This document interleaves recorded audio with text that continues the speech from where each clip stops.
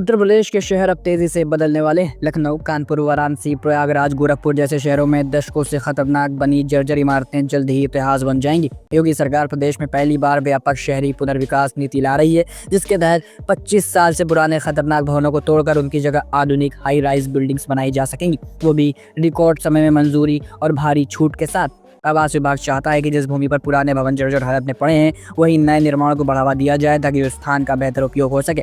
प्रस्तावित नीति के अंतर्गत इन जमीनों पर मिश्रित उपयोग जैसे आवास, दुकानें, कार्यालय की अनुमति भी दी जा सकती है। इस नए माध्यम से और निम्न वर्ग के लोगों के लिए नए घरों के अवसर बढ़ेंगे और शहरों की सूरत भी बदलेगी। महाराष्ट्र, गुजरात और मध्य प्रदेश जैसे राज्यों में पहले ही ऐसी नीतियां लागू हैं और वहाँ अच्छे परिणाम देखने को भी मिले हैं। 3 साल से बंद या बीमार घोषित उद्योगों की जमीन पर नई इमारतें बनाने की अनुमति मिल सकेगी। शहरों के बीच फंसे ऐसे कारखानों को बाहर शिफ्ट करके उनकी जगह मल्टी स्टोरी रिहायशी वाणिज्यिक कॉम्प्लेक्स बनाए जा सकेंगे। महाराष्ट्र, गुजरात और मध्य प्रदेश में पहले से चल रही इसी तरह की नीतियों से वहाँ हजारों पुरानी सोसाइटी और इमारतों का कायाकल्प हो चुका है।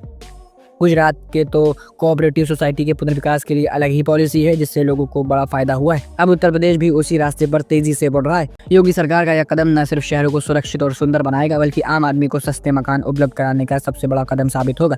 जल्द ही कैबिनेट की मोहर लगते ही उत्तर प्रदेश के शहर नई ऊंचाइयों को छूने लगेंगे।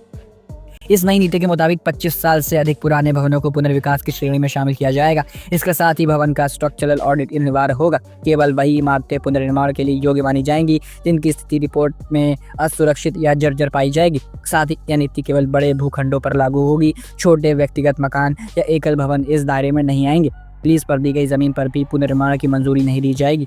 शासन के स्तर पर इस बात पर भी सहमति बन रही है कि पुनर्विकास परियोजनाओं को बढ़ावा देने के लिए विकास शुल्क में लगभग 50% तक राहत दी जाए। यदि जमीन का उपयोग बदलना हो तो इसके लिए भी करीब 25% छूट मिल सकती है। यदि कोई परियोजना जोन रेगुलेशन के तय उपयोग से हटकर कोई अन्य उपयोग करना चाहती है तो प्रभाव शुल्क में भी 25% की राहत दी जा सकती है।